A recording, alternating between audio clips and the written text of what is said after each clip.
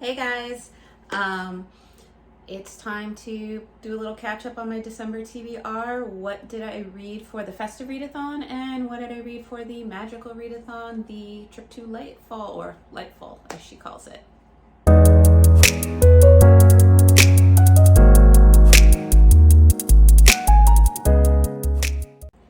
Hey guys, if you're new here, welcome to the Book Path. My name's Nicole. If this isn't your first rodeo with me, thanks for sticking around. If you do hear a low kind of like humming noise, I apologize. I have my portable heater up here because it is cold. It is cold and it's only going to get colder. I don't live where there's snow. I live in the southeast of America, so it's been kind of wonky. Like a week and a half ago, it was like 70 degrees outside, and now it's down to I think 30s, and we're gonna get into like the teens by the end of the week for Christmas. So it may or may not snow. Who knows? Well, we'll see what happens.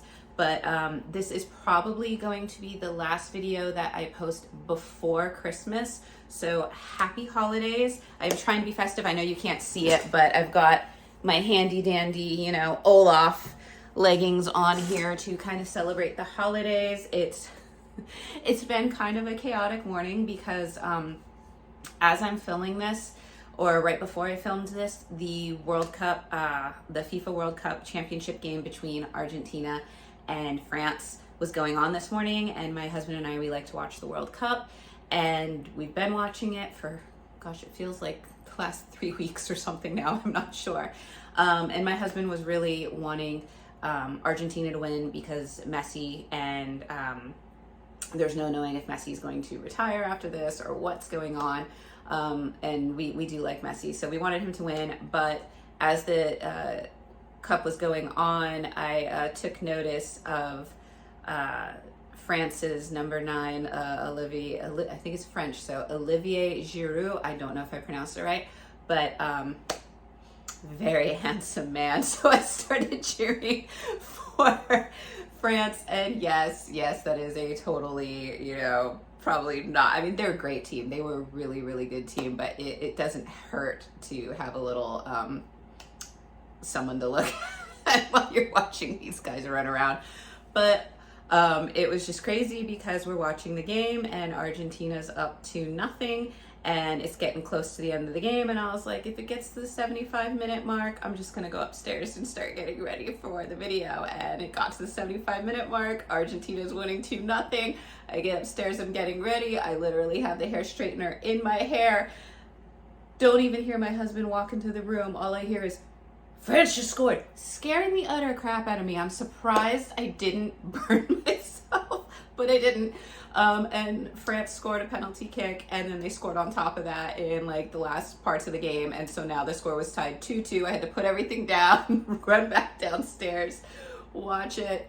Goes into overtime. Argentina scores again. It looks like they're gonna win. It's 3-2. I'm like, all right, I'm gonna go back upstairs and finish getting ready. Once again, I'm sitting there getting ready. My husband comes back upstairs carrying my laptop that has the game on it because France scored again, and it's tied now 3-3. And so we're sitting there as my husband's holding the laptop while I'm getting ready to shoot this video, and goes past the overtime, goes to the penalty kicks, and Argentina pulls it out and they win it. So congratulations to Argentina, congratulations to Messi, regardless of which, where your career is going, if this is the last World Cup or if we see you in the next one.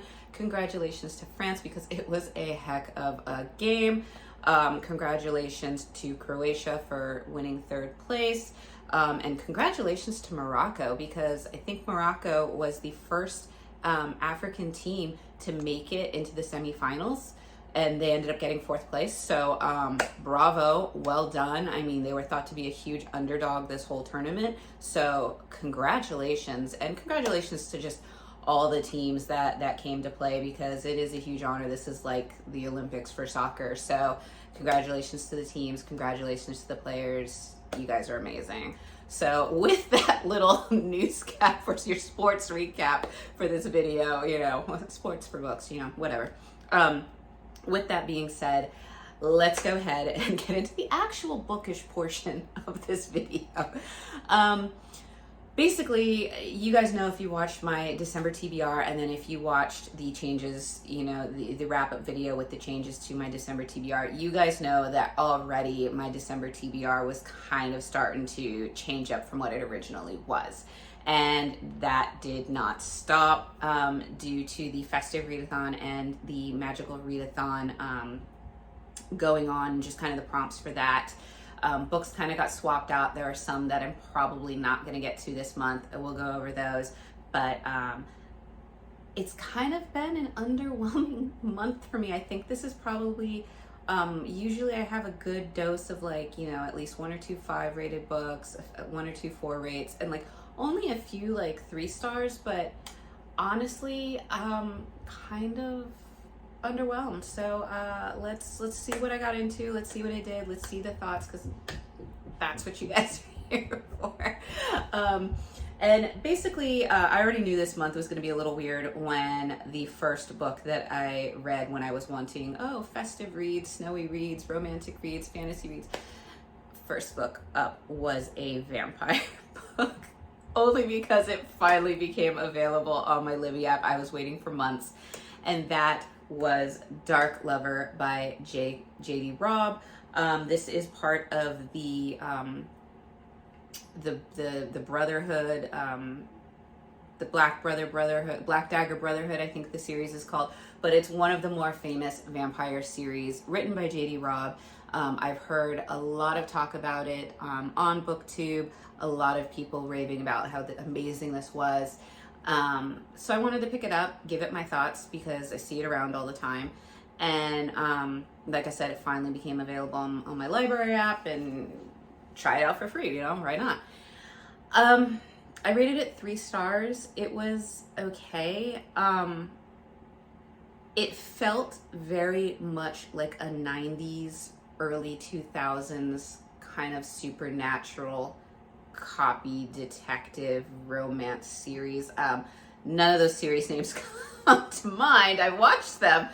But if you've kind of watched those, when I get into kind of what it's about, you'll understand. So in this world, you have the main character, who she is kind of an out on her luck editor who wants to be a writer for a newspaper, and it's very kind of patriarchal at her where she works. She's got a lot of friends at the local PD that kind of protect her.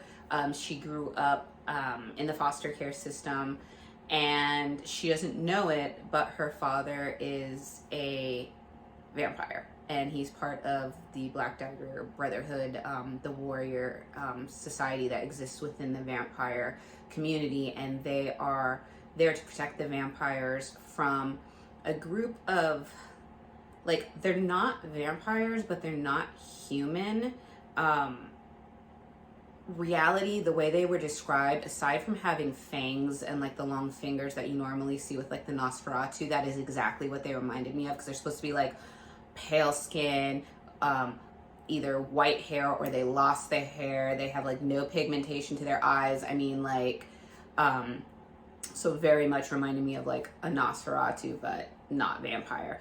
But there's a war going on with them. The Black Dagger Brotherhood protects the vampires, and he is the daughter, or the main girl is the daughter of one of the brothers.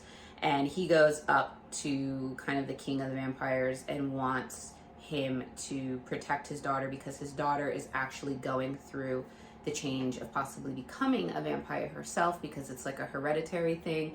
And even though her mother is human, there's still the chance that she could go through the change and transition, which is what's happening. And then the book just kind of takes off into kind of the war and how they're relating, and then the romance that starts to blossom between the kind of vampire king and this girl. The premise sounded awesome, sounded great, and then I got into it, and there are a few triggers for attempted assault. It's a very, very like men rule the world kind of setting, which was surprising to me because J.D. Robb is a woman. And so having a female writer write a world where it's very patriarchal and it's not really like the social commentary, this is just kind of how the world exists, was very interesting. And usually I don't really take notice of things like that. I can be like, whatever. But this was very like kind of in your face. The way that they talk to the girls is like, hey doll, you know, hey whatever. It was just kind of like, wow, you know, like I wasn't expecting that. And there's nothing wrong with that. I didn't find it offensive. It was just something that I was just kind of like, I've been used to reading a lot of fantasy books as of late where there are very strong female characters. So to see it kind of go back and to the women the women actually are more kind of portrayed as being weaker and kind of damsel in distress. It was kind of like, okay, interesting. The Brotherhood is basically the equivalent of a vampire biker gang. Like they are in black leathers, look all kind of menacing like a biker gang. They got like the steel-toed like combat like leather type boots on, and it was just kind of like not my cup of tea. The Vampire King is supposed to be like 6 something, like 300 pounds, block out the sun, long black hair. And then they kept mentioning how hot his like widow's peak was, and I was just like, it's kind of an interesting commentary to make on what you find attractive on a man, but you know, to each their own. So it's just a little odd there. What took me by surprise is how the romantic relationship progresses, where spoiler, and it's not much of a spoiler, but he's the Vampire King's watching over her, and she sees him outside of her apartment, and then he has the ability to kind of unlock the door, almost like a telekinetic type of power, and he comes into her apartment. She's never met the guy before, so this is a stranger that is huge and somewhat menacing looking coming into her apartment. And as soon as she like smells him or catches whiff of his scent, she is ready to go to bed with him. And it was just kind of like, this is a stranger that technically kind of just broke into your apartment 24 hours after you were a victim of an attempted assault. And this is where your brain's going at. Like, it was just really kind of weird. And I was just kind of like, the reality of it wasn't really there for me. Like, I was like, this just seems a little unrealistic, because I just don't see anybody in the real world just feeling this way when somebody's pretty much broken into your house after you've just kind of been almost assaulted. So it was a little weird. A lot of the character depth too, that it felt like I didn't know why they were at war, just that the two factions were at war. They hated each other.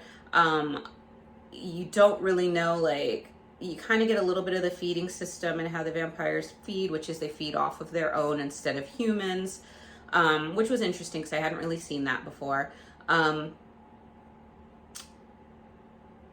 But there was just a lot that I felt was kind of left out that described this culture. Like, they're talking about how vampires aren't having as many babies as they used to, so they're kind of dying out that way. But yet they mention this, like, what felt like a relatively large vampire community in their city alone. And I'm just like, but if, you know, like, I don't. And then they're talking about how they need to train new recruits. And I'm like, but if you're not having the population, where are you getting all these recruits? Like, it was just, it felt a little like things weren't matching up, adding up. It felt like the relationship went really quickly to being like, I will die for you type of romantic love. Like, it just felt like it rushed one part that could have been slowed down, and other parts felt like you weren't getting the full understanding of this world. So it kind of fell apart for me there. It did leave off on a cliffhanger. The spicy scenes were very, you know, they were spicy. So there is spicy scenes in this. It was just, I don't know. Like, I don't know how I felt about it. It ended up getting 3 stars.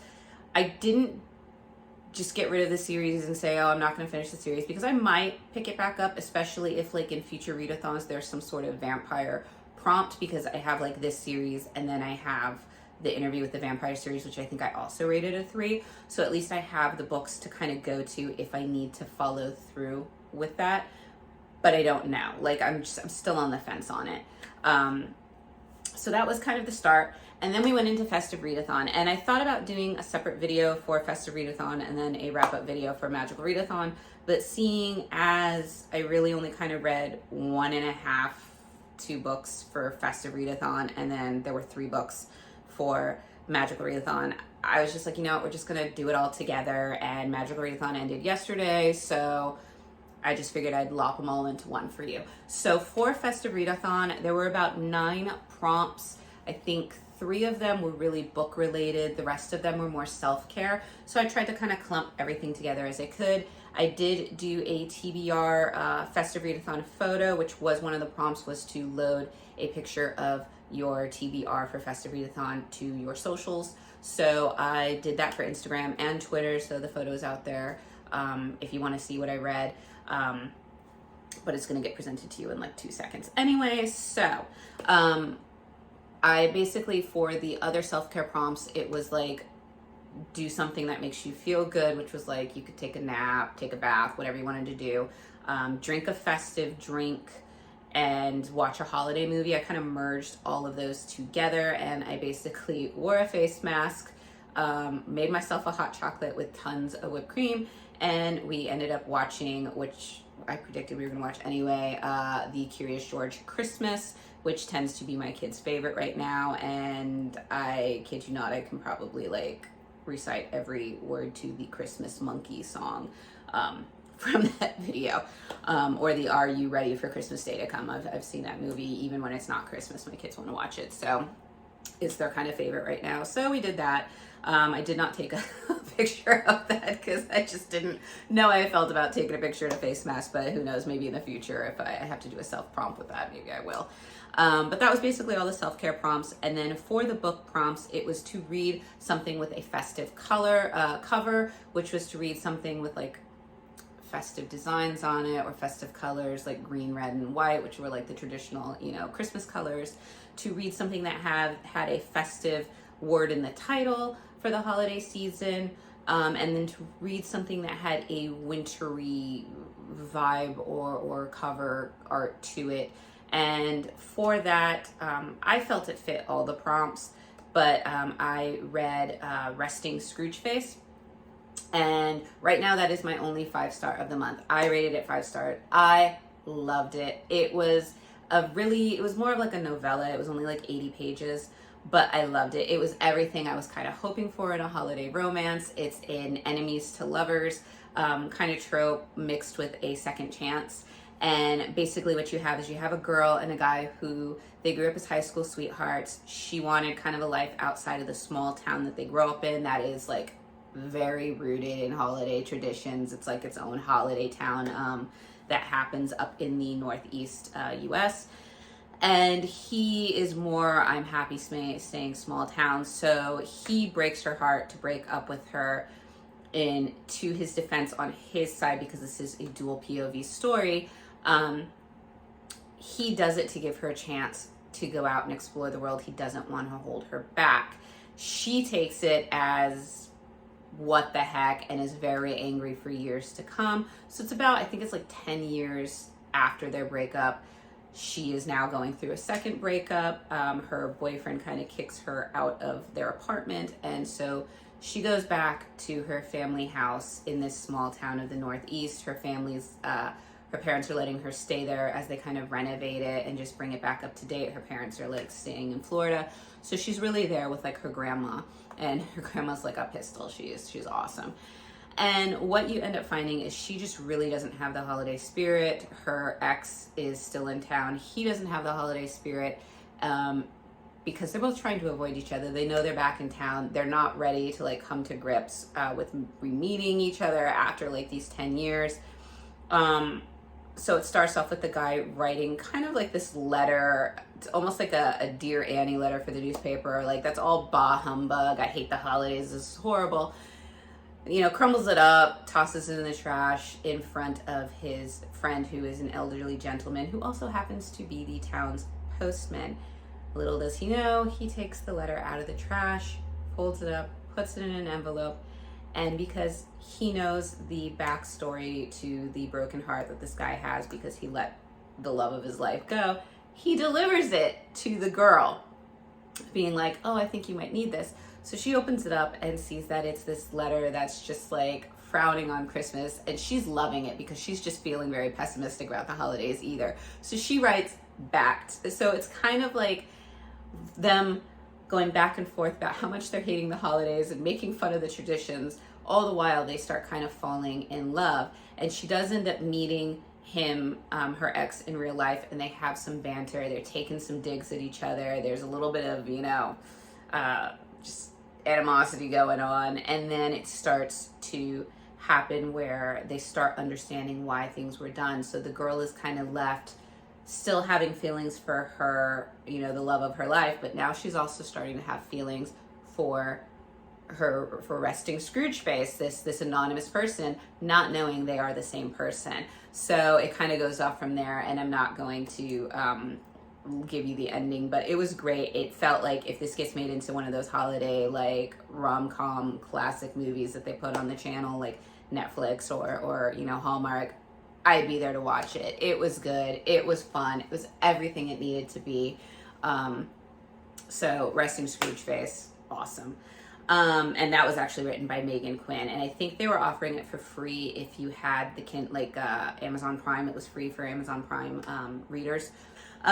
So going on from there, because I didn't know if Resting Scrooge Face had the full holiday decor, because it did have the red, white, and green cover. It had Scrooge on the title, which I felt was a festive name because you're going to recognize the Grinch and Scrooge right off the bat for holiday movies and holiday names. So I felt it fit those. The only one I was hesitant about was if it had a wintry vibe. I mean, it did take place over the holidays and Christmas, so I counted it. I merged them all in one, but just in case, I did start reading Once Upon a Wardrobe by Patty, I think it's Callahan. And this was one that I wanted to read last year during December, but it was fully checked out from the library and I couldn't find it in any of my local bookstores. So I just was like, okay, I'll wait. And it was finally available. I was completely wrong in my thinking of what it was about. I just kept hearing it was Narnia for adults. So I kept thinking it was a G-rated, family-friendly version of kind of like The Magicians. And it's not. It was more of a historical fiction. And it was kind of one of those beautiful tragedy, hit your heart tugs kind of books. What it's really about is this is set in the 1950s, post World War II. You have a little boy who is 8 years old and he has a weak heart and he's basically dying. And it is like, it really hit home because my oldest son is 8. So once I read that, I didn't know if I wanted to continue with the book because it was not the type of book I wanted to be reading in December. And in general, I wouldn't really want to read that just because of my kids, it hits home. But I continued with it. And what you find out is he pretty much lives with his mom and his dad and his 17-year-old sister who attends Oxford University. She's one of the early females to attend the university when females weren't really allowed to attend universities. Back in the 1950s, it was still a very small population of women being allowed to attend college. So she goes to Oxford around the same time that C.S. Lewis is a tutor there. And Lewis has just written The Lion, the Witch, and the Wardrobe, and the little boy is just fanatic about it. He loves it. He adores it. He's read it like 100 times. And he truly believes that Narnia is real. Like, he understands that it's not real in the sense of it actually existing, but that it's based on someplace real. And that the characters are based on real people and kind of real events. So when he finds out that C.S. Lewis goes to Oxford and that's where his sister goes, he begs his sister, can you go to Mr. Lewis and can you ask him the truth behind Narnia and where it came from? And because this is her little brother and she loves him to pieces, and what is going on with his health. She will do anything to make him happy. So she kind of finds Mr. Lewis and asks him. She kind of pleads her case and asks him, and he is more than happy to talk to her. Partially because what's going on with her brother, but also because she has a background in more of science and math. So literature and fairy tales and things like that don't really make sense to her. She's just kind of like, whatever, she shrugs it off. And when he sees that she's kind of like that, it's kind of like him, like, I'm going to explain this to you and open your eyes a little bit. So for the rest of the story, she sits down and she meets with C.S. Lewis and his brother several times, and C.S. Lewis starts to recount his life to her and tells her these stories so that she can go back to her brother and basically tell her brother the story of C.S. Lewis's life. And what's beautiful is when she's telling these stories to her brother is like able to like project himself into these stories. Like he sees what's going on. So you kind of see the story of C.S. Lewis's life through this little boy's eyes, and you start to see how events in his life and people he meets start to inspire the characters and the setting for Narnia. And it all culminates to a castle in Ireland. They're located in England, that the little boy believes is Cair Paravel. And so it's getting to where he asked for Christmas, the only thing he wants to do is go to this castle. And she's telling him, I can't take you there because your health is just so bad. We don't, like, at that point, they don't know how much longer he has. So long story short, they do end up taking him, her and this boy that she starts having a romantic relationship with, sneak him away all the way to Ireland so he can go to Cair Paravel, this castle. And it was just a very endearing story. It was one of those ones where at the heart of it there is this tragic story of this little boy where you don't know if he's going to survive in the end or not, because you are kind of hoping for this like Christmas miracle towards the end of the book. You're hoping that C.S. Lewis will get to meet the little boy, and it was just kind of told in a very beautiful way. It really inspired me. Like I've wanted to read C.S. Lewis's biography before, but now after kind of hearing a little bit about it through this historical fiction, I really kind of want to jump in and read it, because there were a lot of things I didn't know about him. And when you kind of see what may or may not have inspired the Narnia stories, it's kind of like Tolkien, where you see the aspects of his life and what he was interested in, which is really funny because they talk about, I don't know if it's true or not, but that Tolkien and Lewis are friends, and they're very dissatisfied with the children's literature that's coming out at that time, and they're like, we need to write our own. And so Tolkien goes and he writes not Lord of the Rings, but a different series, and Lewis comes up with Narnia. And Tolkien, it's rumored that Tolkien actually didn't like the Narnia books because he felt that Lewis combined too many mythologies, too many cultures into one book. So just getting that kind of look on it, it was very well done. It wasn't what I was expecting. There were certain aspects that I really wanted to happen in the book, and I can't really tell you what they are because that would be spoilers. But those things didn't happen. So for that, I kind of bumped it down to a 4, because it was just kind of like I really wanted to see it go kind of this way, and or include certain aspects, and those things just didn't kind of happen. So it kind of bummed me out and took me from a 5 to a 4. But it gets a 4 because even though it wasn't what I was looking for, it wasn't like adults stumbled into Narnia, which is what I thought it was going to be, which that's bad on me, because if you read the synopsis on the back, it actually tells you what it's about, and this is one of the books I didn't do it. I'm very good at doing that, and I just didn't do it for this one. So that is on me, but it was a very beautifully written story. It's kind of the ones that, like, if it was made into a movie, I think it would be there with like A Beautiful Mind and like all those ones that they're just really well told stories, but there's a lot of like heartache and kind of tragedy involved. I didn't cry, but I did get kind of a small lump in my throat, I'm not gonna lie. So 4 stars for that one. And that was basically my festive readathon picks. So then we moved into Magical Readathon, and for Magical Readathon, I ended up reading 3 books. I stayed at the pet shop that was part of the little village that she decided, and I did that because it was basically read a lot of fantasy books. So for prompt 1 was to read a fantasy book, and for that I read my only actual like copy of a book that wasn't an ebook so far, and that was the pre-order I got, which was of Shadow and Moonlight. If you saw me kind of talk about this in my last video, I was really excited to read this. It sounded really good. They did kind of compare this to Black Dagger Brotherhood, and I kind of see where they went with that, which didn't bode well for me. But I did love, you know, like it had these beautiful illustrations. It had a playlist. If you went to her website, she had character pictures, so you could kind of get a face with who you were reading, which I thought was really great.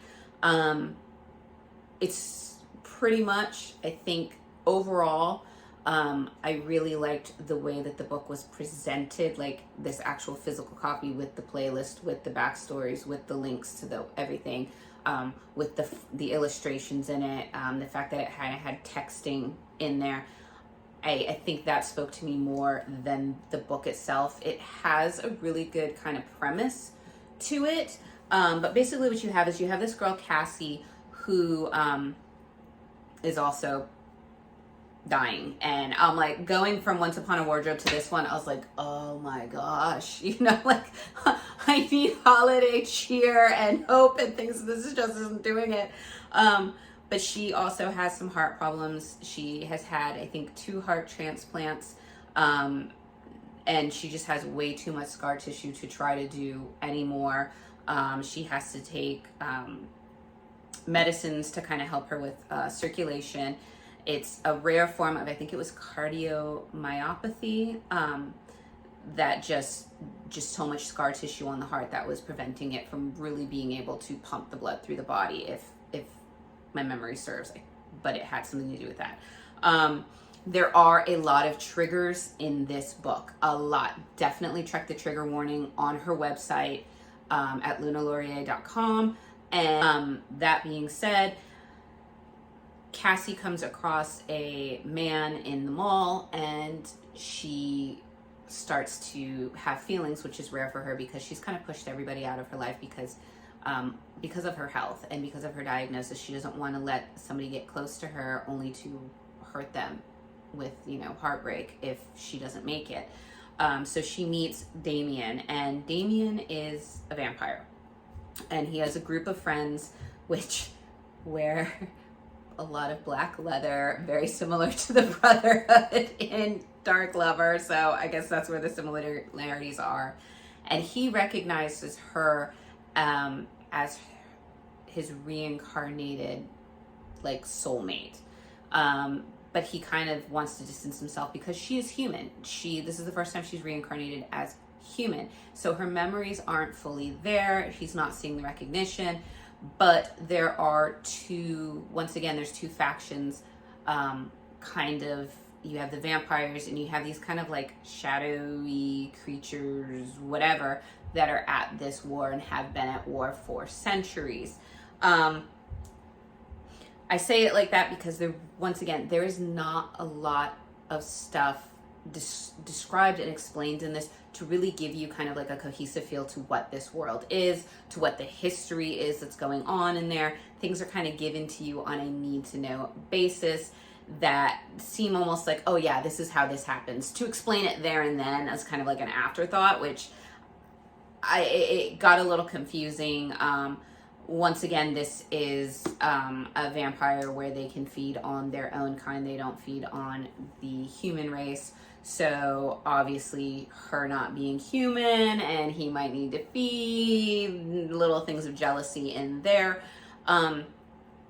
But there is some betrayal that happens, and the reasons for the betrayal were kind of like really? Not fully explained. I would have liked a little bit more backstory into why the villain feels they kind of need to go about it. There's little glimpses of the main 2 characters and their, you know, previous lives together, all of a sudden, like, even though it says that this has gods and monsters and myths, I don't really get a sense of the myth other than when they bring in one of the goddesses, and it's very brief. So when they're describing it as this is a gods and monsters and romance or whatever, I didn't really feel a lot of the gods and the mythology and this great epic backstory of why these two factions exist and why they're at odds. Like, I just really didn't get that. This, like, I tried to find out if this was a YA or an adult book, because for about 2/3 of this book, I really couldn't tell. It was very trigger heavy, which made me think, okay, maybe this is more of an adult book, but the spice level on it was like a 1. Like, you know, it was really tame. Nothing was really going on besides like some kissing, maybe a little like make out session, but it was very, very tame. So I was like, is this a YA? And a lot of the websites that I checked didn't distinguish it one way or another. So I was like, oh my God, what are you? Until about later on, then there was a few spicy, like I think 1 or 2 spicy scenes, and they're still pretty tame in comparison to other books. But I would then categorize it as an adult book based on the spice scenes and the triggers. It leaves off on a cliffhanger. She has announced that there will be a second book in this series, that it is going to be a series. This once again falls into, I don't know if I'm going to continue. I might, just because I do like the formatting of the book, and I do have enough curiosity to kind of wonder where they're going to go with this, if maybe more of the world creation will be given in the second book. So I probably will pick up the second book in hopes that it will kind of fill in the gaps that I felt were left by the first one. But this one I did end up rating as 3 stars, because it was what it was. I was really hyped up on reading this. I pre-ordered this, been waiting on it for like 3 months. Just because the way that it was described was just phenomenal.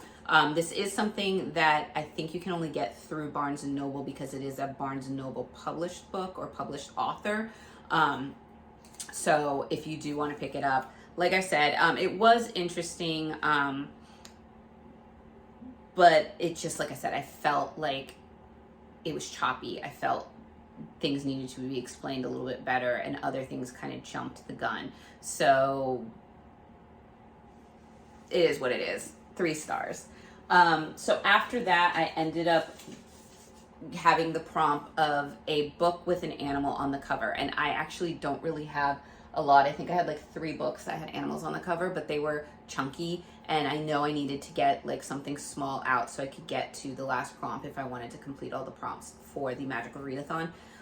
So I ended up reading Campfire Cooking in Another World with My Absurd Skill. It's an anime, it's not an anime. It is a manga that is going to be turned into an anime very shortly. I think it's being released in sometime in the new year. But I was like, okay, well, let's try volume 1, because I had it on my Libby wish list, and so it was available. So I got it. Being a manga, I figured I'd be done with it in like an hour or 2, and that's exactly what happened. Rated it 3 stars. It was what it was, as with many like kind of first volumes of manga, where they're just starting to set up the world. They're just starting to set up the characters. So you really haven't dived into anything fully action-packed yet. But you basically have a young man who gets summoned by a fantasy world along with others. And he's not really summoned as a warrior. Like, the skills he gets is like the online store and appraisal. And what you end up finding out is that the online store is basically, he can summon whatever kind of food or cooking item or whatever he wants through this kind of virtual store. So he can get, even though he's in a fantasy world, he can get items from Japan. So he's getting all the Japanese items to cook. And he's trying to get out of the city that has summoned him. He doesn't want to be around the war. He just wants to kind of live out an existence peacefully, and he's not really needed with his skills anyway. So he teams up with this group of heroes to kind of protect him, to get him out, and they've never eaten food quite like he's been cooking before. So they're like fanatic over his food, and he realizes that his food has the ability to up your stats, because this is kind of like a video game world almost, that you have these stats and these skills. So he's like, okay, well, I should keep that to myself, that I have this ability. And then he finds out that his appraisal skill, he is able to appraise any item. And he's like, well, that could be important too. I should probably keep that to myself as well. So it's just kind of how he's going on through this. They get approached by a large Fenrir, which is a huge wolf, and it's one of the most powerful monsters in this world. And the Fenrir is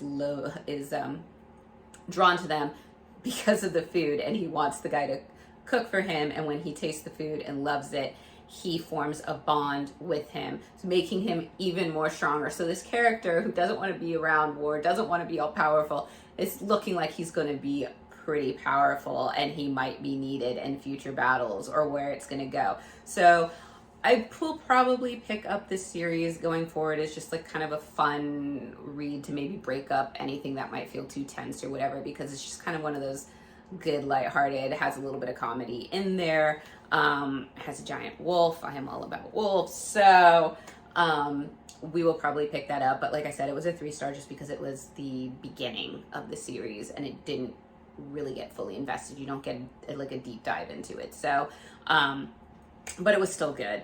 And knowing that it's going to become an anime, I kind of wanted to read the manga before I watch it. So we'll see how that goes. For my last book that I read for the Magical Readathon and brings you up to date, this was a book that had a wintry setting. That was the 3rd prompt. So I dove into A Merry Little Meet Cute, which has been several book club choices for this month. There were a lot of people reading it. It's very hyped. I had been wanting to read it because just the premise of it sounded so just hysterical. Basically what it's about is you have a curvy girl. It's a curvy girl scenario where she is an adult film star, and she, in a roundabout way, she is ending up as the star to what I would equate, it's called the Hope Channel in the book. I equate it to like the Hallmark Channel, very family friendly, tame holiday romance. She is playing the lead against the Duke, who is going to be played by an ex boy band member, and he is like the rebel boy band, you know, very bad kind of like reputation. She was a fan of his when he was a boy band and she was a teenager. Unbeknownst to her, he is a fan of her adult film works. So they are supposed to keep their hands off each other, film this nice, clean holiday romance movie without her career choices getting discovered. He's supposed to keep it tame. You know, hilarity is supposed to ensue. As crazy as much as I wanted to read this book, I ended up giving it 3 stars. The premise was great. I guess we'll just attack it by like character, atmosphere, like kind of how we rate it. So for characters, I really only liked Nolan. He is the main lead. He is playing the Duke. He is the ex-bad boy, you know, boy band member.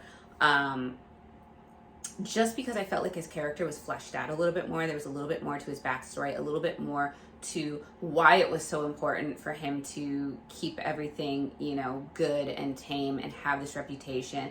You get what's going on with his family and the struggles that are going on there.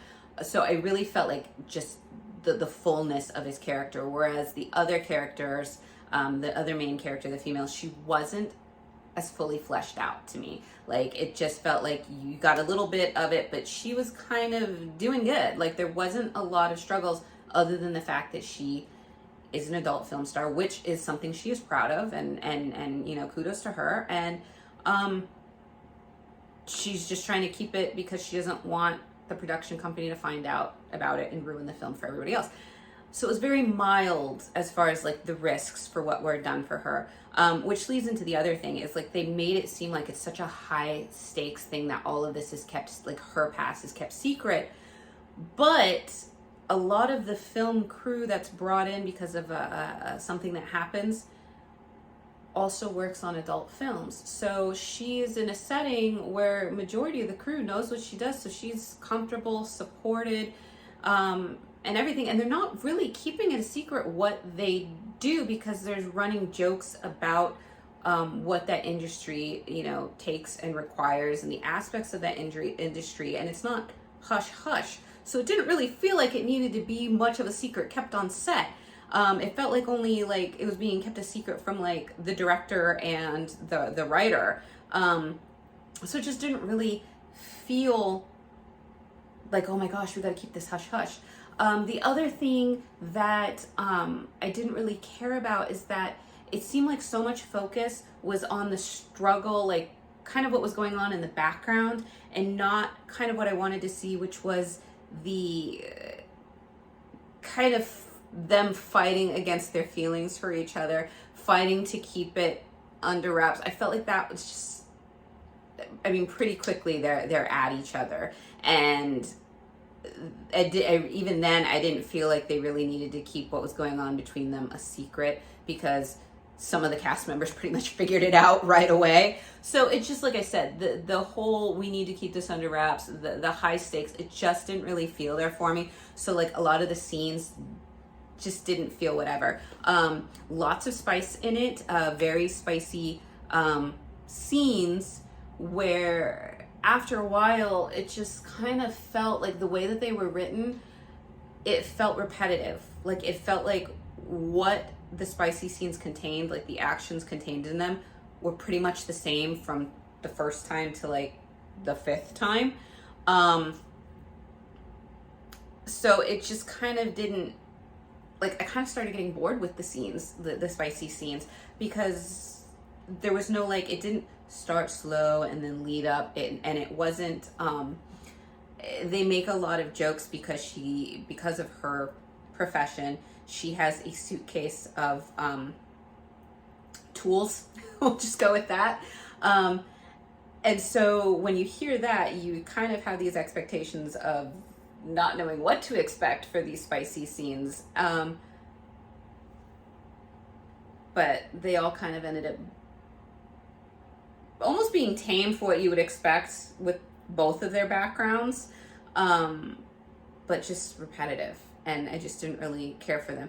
They also were very kind of like, there was nothing kind of leading up. It was just like, boom, it happens. So it just kind of took away a little bit from it, to where I wasn't getting that kind of holiday romancy feels that you'd get with the book.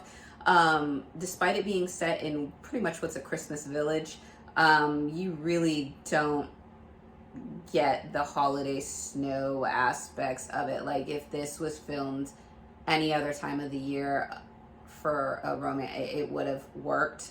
So just aspects like that just kind of really destroyed it for me. I felt like a lot of the characters, because they had similar backgrounds, majority of them working in the adult film industry, they had the same characteristics about who they were, their aspects of life, their attitude, the tones for all those characters seemed very similar, to where I felt like any one of them could have been the main character, and the main character could have been any one of them characteristic wise, if that makes sense. It was just very similar, a lot of similarities, to where you just didn't get a variety of character personalities in the story. And that's probably why I liked Nolan's character much more than the others.